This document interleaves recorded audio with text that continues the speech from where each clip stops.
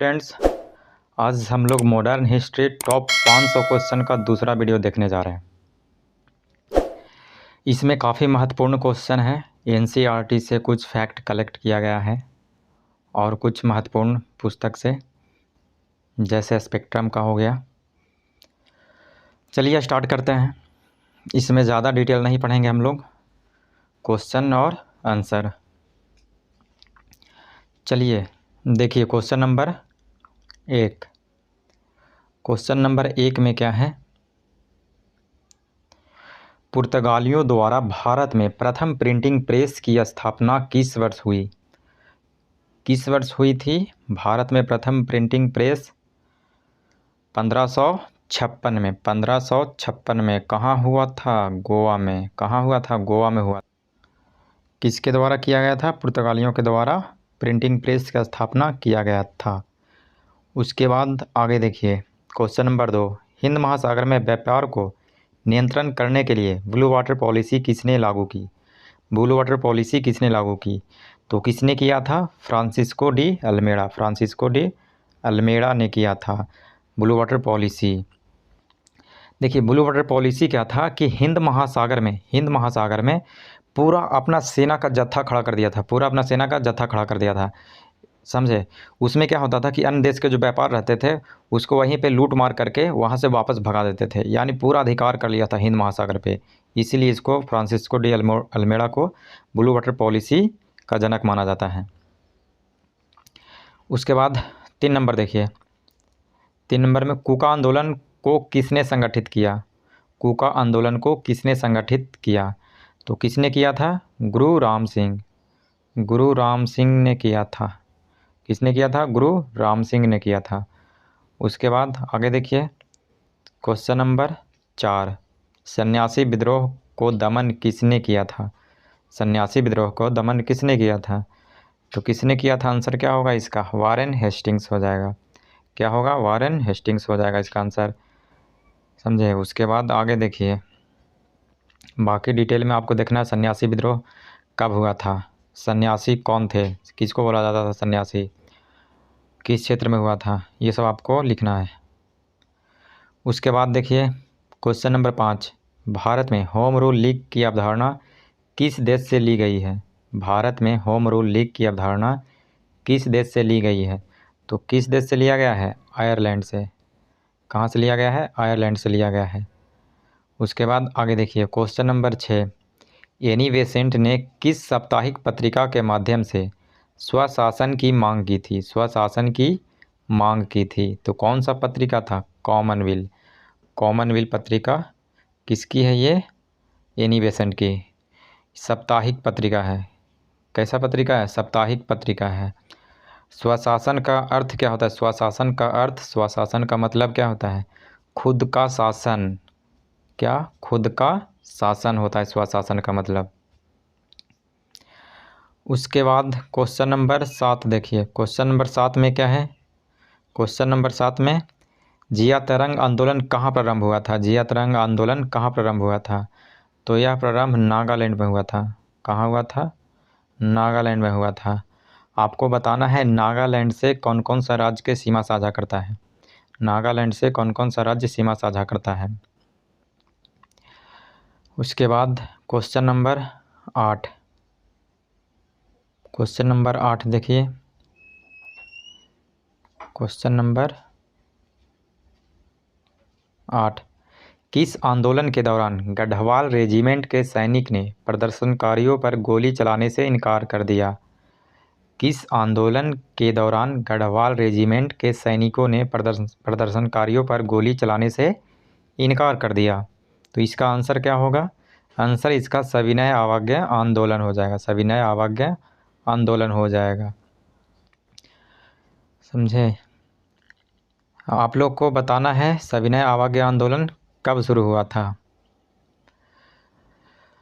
और उसके बाद क्वेश्चन नंबर 9। Question number 9। नमक सत्याग्रह के समय, नमक सत्याग्रह के समय गांधी जी के गिरफ्तार हो जाने के बाद आंदोलन के नेता। नंबर 10 देखिए। साइमन कमीशन की नियुक्ति किसने की थी? साइमन कमीशन की नियुक्ति किसने की थी? तो किसने किया था? वर्केनहेड। वर्केनहेड। आप लोग को बताना है वर्केनहेड कौन था, वर्केनहेड कौन था आप लोग को बताना है। उसके बाद क्वेश्चन नंबर 11 देखिए, प्रभावती देवी किस क्षेत्र की स्वतंत्रता संग्राम सेनानी थी? प्रभावती देवी किस क्षेत्र की स्वतंत्रता संग्राम सेनानी थी? तो कहाँ की थी? चंपारण बिहार की, चंपारण बिहार की थी, चंपारण बिहार की थी। उसके बाद आगे देखिए क्वेश्चन नंबर 12, द्वितीय गोलमेज सम्मेलन में, द्वितीय गोलमेज सम्मेलन में, सम्मेलन के दौरान गांधी जी लंदन के किस जगह ठहरे थे? लंदन के किस जगह ठहरे थे? तो कहाँ ठहरे थे? किंग्सले हॉल में ठहरे थे, किंग्सले हॉल में ठहरे थे। आप लोग को बताना है कि गांधी जी द्वितीय गोलमेज सम्मेलन में कौन सा जहाज़ से गए थे, कौन सा जहाज़ से गए थे, और उनको सीढ़ियों चढ़ते समय किसने क्या बोला था, कौन था जो उनको कुछ शब्द बोला था। उसके बाद देखिए मोहम्मद अली जिन्ना, मोहम्मद अली जिन्ना ने किस गोलमेज सम्मेलन में भाग लिया? मोहम्मद अली जिन्ना ने किस गोलमेज सम्मेलन में भाग लिया? तो प्रथम गोलमेज सम्मेलन, आंसर क्या हो जाएगा? प्रथम गोलमेज सम्मेलन, प्रथम गोलमेज सम्मेलन। उसके बाद क्वेश्चन नंबर 14 देखिए, क्वेश्चन नंबर 14, प्रत्यक्ष कार्रवाई दिवस के दौरान हुई हिंसक घटनाओं को शांत करने के लिए गांधी जी कहाँ गए थे? गांधी जी कहाँ गए थे? नोआखाली गए थे, नोआखाली। नोआखाली वर्तमान समय में कहाँ है? बांग्लादेश में है, वर्तमान समय में कहाँ है? नोआखाली बांग्लादेश में है। उसके बाद देखिए क्वेश्चन नंबर 15, नोआखाली में गांधी जी के विवेक एवं साहस को देखकर, नोआखाली में गांधी जी के विवेक एवं साहस को देखकर माउंटबेटन द्वारा उन्हें कौन सी उपाधि दी गई? कौन सी उपाधि दी गई? तो इसका आंसर क्या हो जाएगा? आंसर इसका हो जाएगा one man boundary force, one man boundary force हो जाएगा। उसके बाद क्वेश्चन नंबर आगे देखिए, क्वेश्चन नंबर 16 देखिए, वर्ष 1922 के कांग्रेस अधिवेशन में किसके द्वारा यह विचार प्रस्तुत किया गया कि भारतीय संविधान भारतीयों की इच्छा अनुसार होगी? तो ये महात्मा गांधी के द्वारा ऐसा विचार प्रस्तुत किया गया था, महात्मा गांधी के द्वारा ऐसा विचार प्रस्तुत किया गया था। इनका कहना था कि जो भारत का संविधान होगा ना, वो भारतीयों के इच्छा अनुसार होगा, भारतीयों की इच्छा अनुसार होगा। यह किनका विचार था? महात्मा गांधी जी का विचार था। और यह विचार कब दिए थे? कांग्रेस के 1922 के अधिवेशन में, कांग्रेस के 1922 के अधिवेशन में। उसके बाद देखिए मुस्लिम लीग द्वारा प्रत्यक्ष कार्रवाई दिवस कब मनाया गया? मुस्लिम लीग द्वारा प्रत्यक्ष कार्रवाई दिवस कब मनाया गया? तो इसका आंसर हो जाएगा 16 अगस्त 1946, 16 अगस्त 1946 हो जाएगा। उसके बाद 18 नंबर देखिए, भारतीय राष्ट्रीय कांग्रेस के सरकारी इतिहासकार कौन थे? तो इसका आंसर हो जाएगा डॉक्टर पट्टाभी सीतारामैया, डॉक्टर पट्टाभी सीतारामैया हो जाएगा। उसके बाद 19 नंबर देखिए, भारत शासन अधिनियम 1935 को किसके द्वारा गुलामी का अधिकार पत्र कहा गया? भारत शासन अधिनियम 1935 को किसके द्वारा गुलामी का अधिकार पत्र कहा गया? तो इसका आंसर क्या होगा? 19 का आंसर हो जाएगा जवाहरलाल नेहरू, नेहरू जी के द्वारा ऐसा कहा गया था। उसके बाद आगे देखिए क्वेश्चन नंबर 20, बंगाल में हुए स्वदेशी आंदोलन का समर्थन किसने किया था? बंगाल में हुए स्वदेशी आंदोलन का समर्थन किसने किया था? तो इसका आंसर हो जाएगा अरविंद घोष, अरविंद घोष के द्वारा किया गया था समर्थन। स्वदेशी आंदोलन कब हुआ था ये आप लोग को बताना है, बहुत इजी है। उसके बाद देखिए और किसके कार्यकाल में, कौन सा उस टाइम वायसराय कौन था? चलिए आगे देखिए, सन्यासी विद्रोह किस वर्ष आरंभ हुआ? सन्यासी विद्रोह किस वर्ष आरंभ हुआ? तो इसका आंसर क्या हो जाएगा? 1770 में हुआ था सन्यासी विद्रोह आरंभ। उसके बाद देखिए क्वेश्चन नंबर 22, सर्वोदय शब्द का प्रयोग सर्वप्रथम किसने किया था? सर्वोदय शब्द का प्रयोग सर्वप्रथम किसने किया था? तो इसका आंसर हो जाएगा महात्मा गांधी। क्या हो जाएगा? महात्मा गांधी हो जाएगा इसका आंसर। क्या हो जाएगा आंसर? महात्मा गांधी हो जाएगा। उसके बाद आगे देखिए क्वेश्चन नंबर 23, क्वेश्चन नंबर 23 में क्या है? ऑपरेशन पोलो किस देशी रियासत को भारत में विलय करने के लिए चलाया गया था? ऑपरेशन पोलो किस देशी रियासत को भारत में विलय करने के लिए चलाया गया था? तो इसका आंसर हो जाएगा हैदराबाद रियासत। हैदराबाद रियासत। आप लोग को बताना है कि सबसे बड़ा देशी रियासत कौन था? सबसे बड़ा देशी रियासत कौन था? उसके बाद 24 नंबर देखिए। 24 नंबर में क्या है? हिंदू विधवा पुनर्विवाह अधिनियम कब पारित हुआ?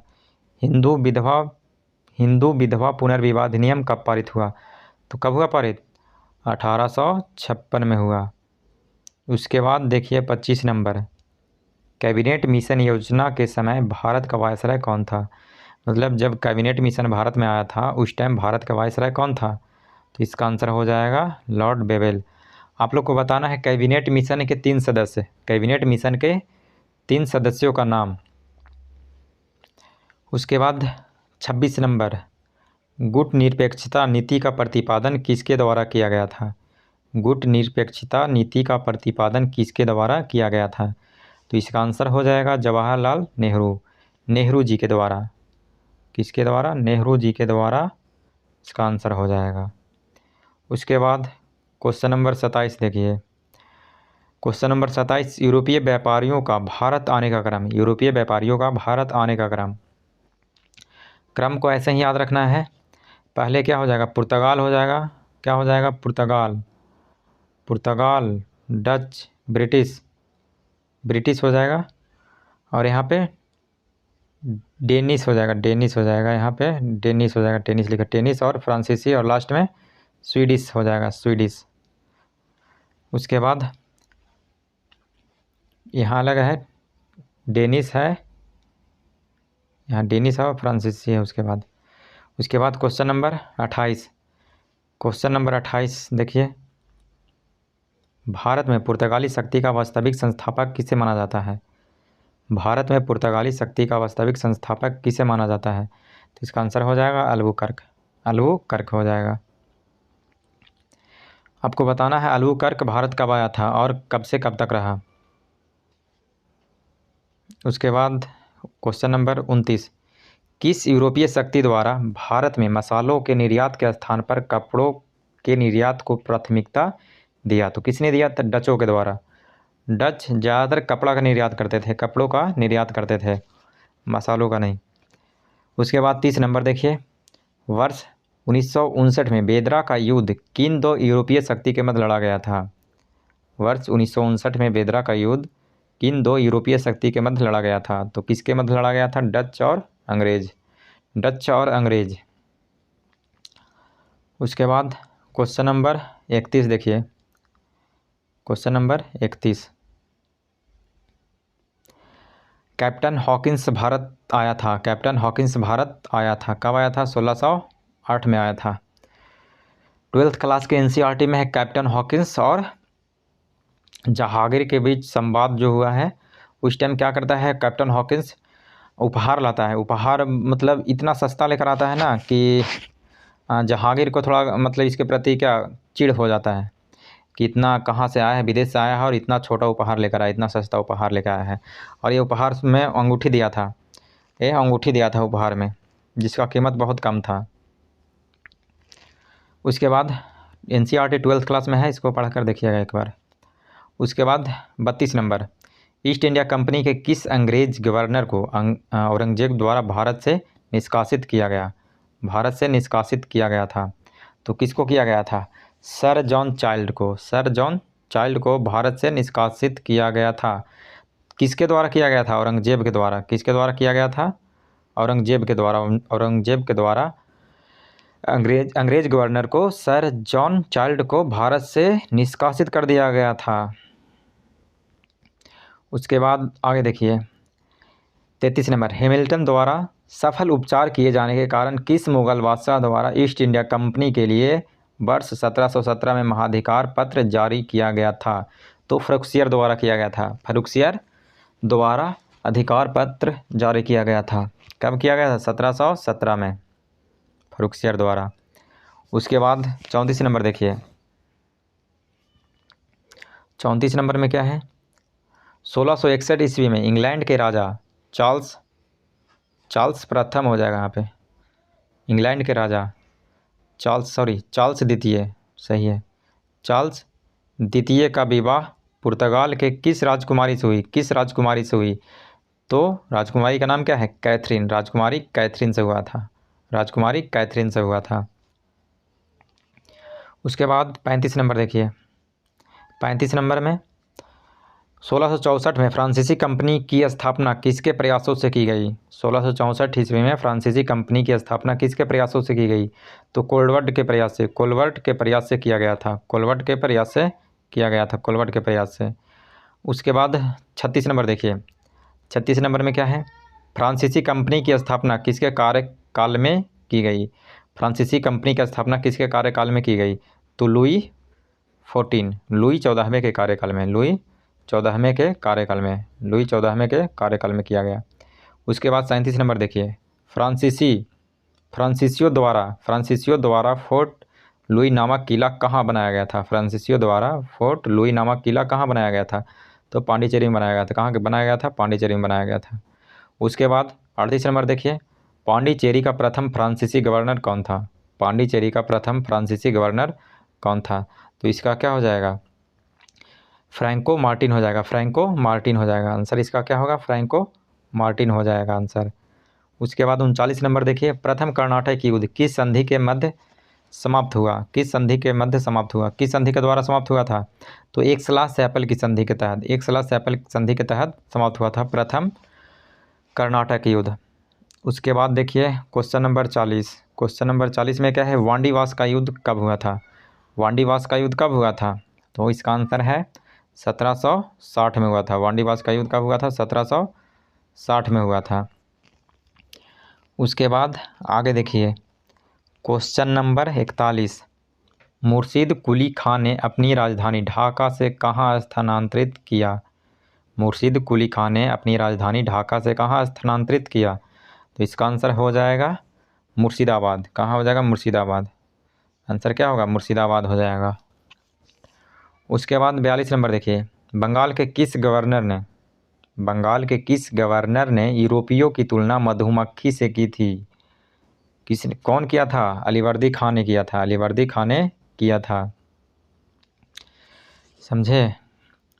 उसके बाद आगे देखिए क्वेश्चन नंबर 43, 20 जून 1756 को प्रसिद्ध ब्लैक होल की घटना बंगाल के किस नवाब के शासनकाल में हुआ था? तो किसके शासनकाल में हुआ था? सिराजुद्दौला के शासनकाल में हुआ था। उसके बाद आगे देखिए क्वेश्चन नंबर 44, भारत में ब्रिटिश प्रभुत्व की शुरुआत किस युद्ध से मानी जाती है? यहाँ पे किस हो जाएगा? किस युद्ध से मानी जाती है? तो प्लासी के युद्ध से मानी जाती है। प्लासी का युद्ध कब हुआ था? 23 जून 1757। इसमें स्मॉल डेट आपको याद रखना है, 23 जून 1757 तो सबको याद रहता है। उसके बाद देखिए क्वेश्चन नंबर 45, इलाहाबाद की प्रथम संधि कब हुआ था? 12 अगस्त 1765 और इलाहाबाद की द्वितीय संधि 16 अगस्त 1765। आप लोग को बताना है कि प्रथम संधि किसके साथ और द्वितीय संधि किसके साथ हुआ था। उसके बाद 47 नंबर देखिए, बक्सर के युद्ध के समय ब्रिटिश सेना का नेतृत्व सेनापति था, मतलब बक्सर के युद्ध हुआ था ना, उस टाइम ब्रिटिश सेना का नेतृत्व या सेनापति कौन था? तो हेक्टर मुनरो था। और इसके विपक्ष में कौन था? विपक्ष में 3 संयुक्त सेना में कौन कौन था? अवध के नवाब, बंगाल के नवाब और मुगल बादशाह। और कौन कौन थे ये तीनों का नाम बताना है आप लोग को। उसके बाद देखिए, महाराजा रंजीत सिंह कोहिनूर हीरा किससे प्राप्त किया था? महाराजा रंजीत सिंह ने कोहिनूर हीरा किससे प्राप्त किया था? तो शाह शुजा से। किससे प्राप्त किया था? शाह शुजा से।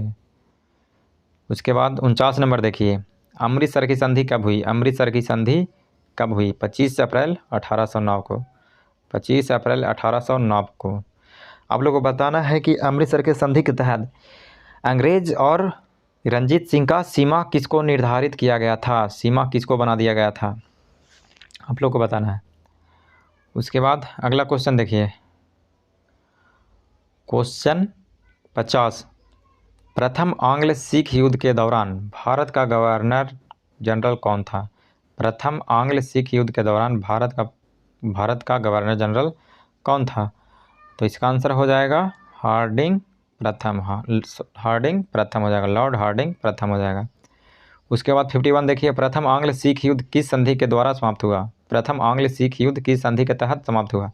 तो लाहौर की संधि के तहत समाप्त हुआ। लाहौर की संधि के तहत 1846 में समाप्त हुआ।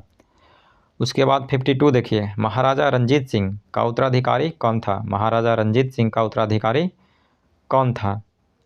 तो इसका आंसर क्या हो जाएगा? खड़क सिंह। क्या हो जाएगा आंसर? खड़क सिंह हो जाएगा। आंसर खड़क सिंह हो जाएगा। उसके बाद देखिए क्वेश्चन नंबर 53।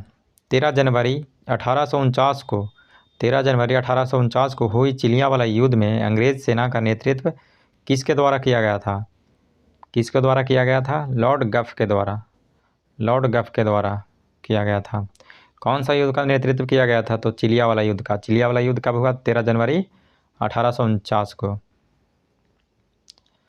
उसके बाद देखिए क्वेश्चन नंबर 54। अंग्रेजों का भारत पर वास्तविक राजनीतिक नियंत्रण कब प्रारंभ हुआ? तो कब प्रारंभ हुआ? इलाहाबाद की संधि से। इलाहाबाद के संधि से। इलाहाबाद के संधि से।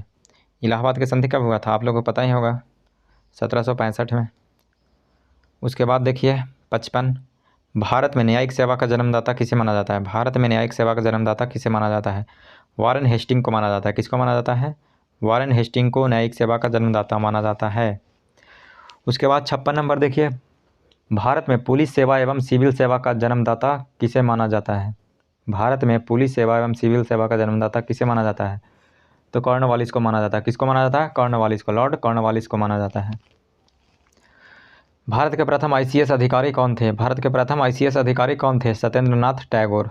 कब बने थे? 1863 में। डेट याद रखना है, डेट याद रखना है, नाम तो याद ही होगा आप लोग को, डेट याद रखना है। उसके बाद देखिए, ली आयोग का गठन कब और किसके समय हुआ? ली आयोग का गठन कब और किसके समय हुआ? तो आंसर इसका क्या होगा? आंसर इसका लॉर्ड रीडिंग हो जाएगा। क्या हो जाएगा? लॉर्ड रीडिंग हो जाएगा। रीडिंग के समय हुआ था। उसके बाद 59 नंबर देखिए, चतुराईपूर्ण निष्क्रियता किसकी नीति से संबंधित है? चतुराईपूर्ण निष्क्रियता किसकी नीति से संबंधित है? तो इसका क्या होगा आंसर? जॉन लॉरेंस हो जाएगा। क्या हो जाएगा आंसर? जॉन लॉरेंस हो जाएगा। उसके बाद 60 नंबर देखिए, भारत में अस्थायी स्वशासन का जनक, अस्थाई होगा यहाँ पे, अस्थाई नहीं, अस्थाई स्वशासन का जनक किसे माना जाता है? तो लॉर्ड रिपन को। लॉर्ड रिपन को माना जाता है भारत में अस्थाई स्वशासन का जनक। उसके बाद आगे देखिए 61 नंबर, हैदराबाद सहायक संधि कब स्वीकार किया था? हैदराबाद सहायक संधि कब स्वीकार किया था? तो 1798 में। 1798 में किया था। उसके बाद आगे देखिए क्वेश्चन नंबर 62।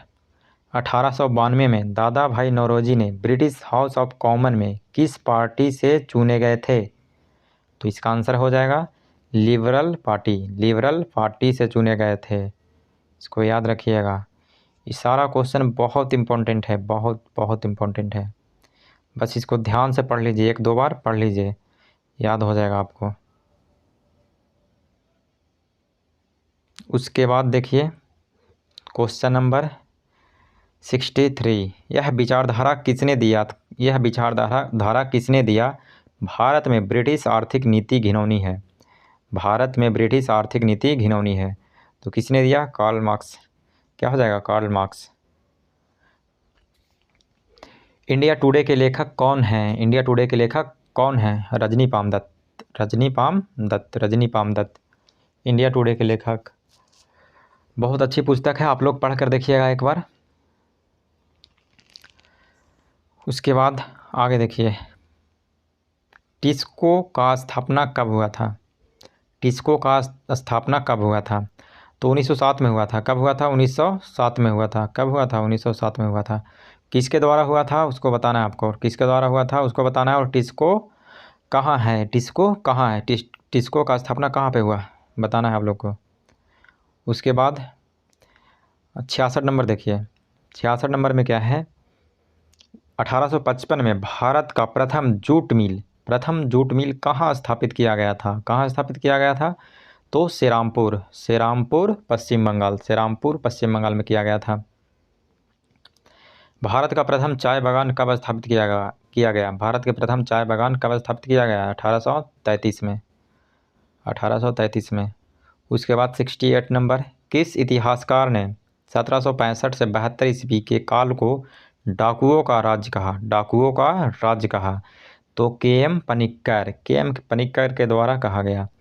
इसमें क्या हुआ था 1765 से 1772 में? इसमें बोला जाता है कि ब्रिटिश अधिकारी और ब्रिटिश लोगों ने दोनों हाथों से लूटा, भारतीयों को दोनों हाथों से लूटा,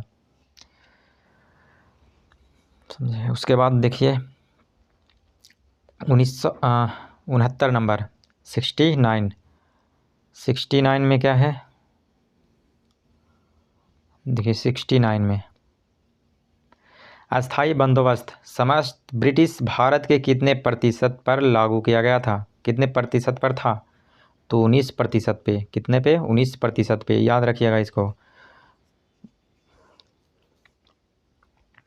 कल बताए थे आप लोग को डेट, अस्थाई बंदोबस्त कब लागू किया गया था, रैयतवाड़ी कब लागू किया, महालवाड़ी कब लागू किया गया था।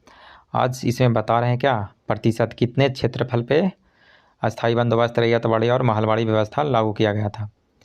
और अगले बार बताया जाएगा आपको कौन कौन गवर्नर थे। अस्थाई बंदोबस्त समस्त ब्रिटिश भारत के 19% पर, रैयतवाड़ी व्यवस्था समस्त ब्रिटिश भारत के 51% पे, और महलवाड़ी व्यवस्था समस्त ब्रिटिश भारत के 30% पे। यानी सबसे ज़्यादा कौन सा व्यवस्था लगाया गया था? रैयतवाड़ी व्यवस्था। सबसे कम व्यवस्था अस्थाई बंदोबस्त। अब आप लोग को बताना है कि अस्थाई बंदोबस्त किस क्षेत्र में था, और रैयतवाड़ी व्यवस्था किस क्षेत्र में, और महलवाड़ी व्यवस्था किस क्षेत्र में था। उसके बाद देखिए 72 नंबर, इजारेदारी व्यवस्था किसने चालू किया था? इजारेदारी व्यवस्था किसने चालू किया था? तो इसका आंसर हो जाएगा वारेन हेस्टिंग्स हो जाएगा। इजारेदारी व्यवस्था एक तरह से ये कर वसूलने का तरीका था। उसके बाद देखिए क्वेश्चन नंबर 73, 1857 के विद्रोह में भाग लेने वाले सर्वाधिक सैनिक किस क्षेत्र से थे? 1857 के विद्रोह में भाग लेने वाले सर्वाधिक सैनिक किस क्षेत्र से थे? तो कहाँ से थे? अवध से थे। उसके बाद 74 नंबर देखिए, 1857 में किसने इलाहाबाद को आपातकालीन मुख्यालय बनाया था? तो लॉर्ड कैनिंग ने बनाया था। लॉर्ड कैनिंग कहाँ पे बनाया था? इलाहाबाद में बनाया था। उसके बाद क्वेश्चन नंबर 75 देखिए, फैजाबाद से विद्रोह कर रहे किस क्रांतिकारी को पकड़ने के लिए अंग्रेज ने 50,000 रुपये का इनाम रखा था? फैजाबाद से विद्रोह कर रहे किस क्रांतिकारी को पकड़ने के लिए अंग्रेज ने 50,000 रुपये का इनाम रखा? तो किसको पकड़ने के लिए? मौलवी अहमदुल्ला को पकड़ने के लिए 50,000 रुपये का इनाम रखा था। उसके बाद देखिए 76 नंबर, 1857 के विद्रोह के दमन के पश्चात भारतीय सेना का पुनर्गठन करने के लिए किस आयोग का गठन किया गया? तो किस आयोग का गठन किया गया? पील आयोग का गठन किया गया। आप लोग को बताना है कि 1857 से पहले और 1857 के मतलब की बाद, 1857 के बाद, 1857 क्रांति के बाद, 1857 के क्रांति से पहले भारतीय सेना और ब्रिटिश सेना का अनुपात बताना है, और 1857 के बाद भारतीय सेना और ब्रिटिश सेना का अनुपात, रेशियो बताना है। उसके बाद देखिए 77 नंबर, धरती बाबा के नाम से किसे जाना जाता है? बिरसा मुंडा को कब मृत्यु हुई थी आपको बताना है। बिरसा मुंडा को मृत्यु कब हुई थी आपको बताना है। उसके बाद 78 नंबर देखिए, उलगुलान विद्रोह किससे संबंधित है? उलगुलान विद्रोह किससे संबंधित है? तो बिरसा मुंडा से। उसके बाद 79 देखिए, गडकरी विद्रोह का केंद्र था। तो कहाँ था? कोल्हापुर, कोल्हापुर था। गडकरी विद्रोह का केंद्र कोल्हापुर था। उसके बाद 80 नंबर देखिए, खैरवार आदिवासी आंदोलन किस वर्ष हुआ? खैरवार आदिवासी आंदोलन किस वर्ष हुआ? तो कब हुआ था? 1874 में हुआ था। उसके बाद क्वेश्चन नंबर 81 देखिए, वाराणसी में प्रथम संस्कृत महाविद्यालय की स्थापना किसने की थी? वाराणसी में प्रथम संस्कृत महाविद्यालय की स्थापना किसने की थी? तो इसका आंसर हो जाएगा जोनाथन डंकन। आंसर क्या होगा? जोनाथन डंकन हो जाएगा, जोनाथन डंकन हो जाएगा, याद रखिएगा, बहुत इंपॉर्टेंट क्वेश्चन है। उसके बाद 82 नंबर देखिए, किस अधिनियम के द्वारा भारत में शिक्षा के प्रसार हेतु 1 लाख रुपए 1 लाख रुपए खर्च करने का अधिकार गवर्नर जनरल को दिया गया? तो कौन सा अधिनियम के तहत? 1813 का चार्टर अधिनियम के तहत, 1813 के चार्टर अधिनियम के तहत। उसके बाद देखिए 84 नंबर, किस घोषणा पत्र को भारतीय शिक्षा का मैग्ना कार्टा कहा जाता है? तो किसको कहा जाता है? वुड घोषणा पत्र 1854, वुड घोषणा पत्र 1854। मैग्ना कार्टा का मतलब क्या होता है? मैग्ना कार्टा का मतलब क्या होता है? मैग्ना कार्टा का मतलब क्या होता है? अधिकार देना, विशेष अधिकार देना, विशेष अधिकार देना। इसके बाद इसमें आपको बताना है कि सबसे पहले मैग्ना कार्टा मतलब सबसे पहले जनता को अधिकार किसने दिया था? लगभग ये 1200 ईस्वी के आसपास, 1200 ईस्वी के आसपास दिया गया था। किसके द्वारा दिया गया था आप लोग को बताना है। उसके बाद 85 नंबर, वुड घोषणा के सुझाव पर कोलकाता, मुंबई, मद्रास में किस वर्ष विश्वविद्यालयों की स्थापना हुई? वुड घोषणा के सुझाव पर कोलकाता, कहाँ? कोलकाता, मुंबई, मद्रास में किस वर्ष विश्वविद्यालयों की स्थापना हुई? 1857 में हुई। उसके बाद 86 नंबर देखिए, बनारस हिंदू विश्वविद्यालय का शिलान्यास किसके द्वारा किया गया? बनारस हिंदू विश्वविद्यालय का शिलान्यास किसके द्वारा किया गया? तो लॉर्ड हार्डिंग के द्वारा, लॉर्ड हार्डिंग के द्वारा। उसके बाद 87 नंबर, 1817 में डेविड हेयर, 1817 में डेविड हेयर के सहयोग से कलकत्ता में हिंदू कॉलेज की स्थापना किसके द्वारा किया गया? तो राजा राम मोहन राय के द्वारा किया गया। उसके बाद 88 नंबर देखिए, 1847 में रुड़की इंजीनियरिंग कॉलेज की स्थापना किसके द्वारा की गई? 1847 में रुड़की इंजीनियरिंग कॉलेज की स्थापना किसके द्वारा किया गया? तो इसका आंसर हो जाएगा जेम्स टॉमसन हो जाएगा। आंसर क्या होगा? जेम्स टॉमसन हो जाएगा। यह रुड़की इंजीनियरिंग कॉलेज एशिया का सबसे पहला इंजीनियरिंग कॉलेज है, एशिया का सबसे पहला इंजीनियरिंग कॉलेज है। उसके बाद 89 देखिए, 89 में भारत में सर्वप्रथम सेंसरशिप किसने लागू किया? भारत में सर्वप्रथम सेंसरशिप किसने लागू किया? तो इसका आंसर हो जाएगा लॉर्ड वेलेजली, लॉर्ड वेलेजली का कार्यकाल बताना है आप लोग को। 90 नंबर देखिए, अमृत बाजार पत्रिका की स्थापना किसने की? तो किसने किया? शिशिर कुमार घोष के द्वारा। अब हम लोग वर्ल्ड हिस्ट्री से संबंधित कुछ महत्वपूर्ण क्वेश्चन देख लेते हैं। 91 देखिए, 91, जापान ने रूस को कब हराया? जापान ने रूस को कब हराया? तो 1905 में, जापान ने रूस को 1905 में हराया। उसके बाद 92 देखिए, किसे पीत आतंक से संबोधित किया जाता है? किसे पीत आतंक से संबोधित किया जाता है? तो किसको किया जाता है? जापान को। कहने का मतलब क्या है? पीत आतंक का मतलब आप लोग को बताना है, पीत आतंक। उसके बाद 93 देखिए, म्यूनिक पैक्ट कब संपन्न हुआ था? म्यूनिक पैक्ट कब संपन्न हुआ था? तो 1938 में हुआ था, 1938 में संपन्न हुआ था। उसके बाद स्पेन में गृह युद्ध कब शुरू हुआ? स्पेन में गृह युद्ध कब शुरू हुआ? स्पेन में गृह युद्ध कब शुरू हुआ? तो 1936 में शुरू हुआ, 1936 में शुरू हुआ। आप लोग को बताना है स्पेन का सीमा कौन सा महासागर से लगता है? कौन सा महासागर से लगता है? उसके बाद देखिए, द्वितीय विश्व युद्ध में अमेरिका कब प्रवेश किया? सेकेंड वर्ल्ड वॉर में अमेरिका का एंट्री कब हुआ? एंट्री हुआ 18 सितंबर 1941 में एंट्री हुआ।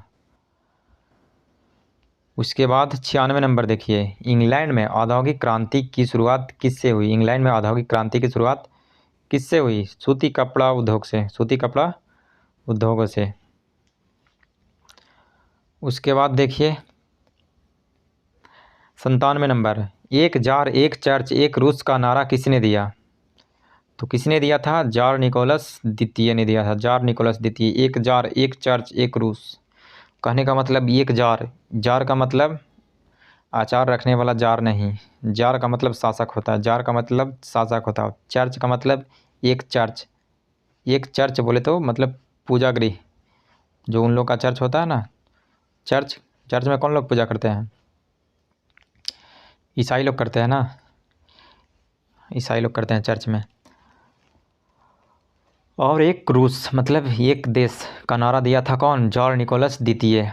उसके बाद 98, बोल्शेविक का अर्थ क्या होता है? बोल्शेविक का अर्थ क्या होता है? बहुसंख्यक, बहुसंख्यक। और अल्पसंख्यक को क्या बोला जाता है? जैसे इस शब्द में बोल्शेविक का अर्थ हो गया बहुसंख्यक, तो वैसे ही अल्पसंख्यक को कौन सा शब्द इस्तेमाल किया जाता है? अल्पसंख्यक बोलने में कौन सा शब्द इस्तेमाल किया जाता है?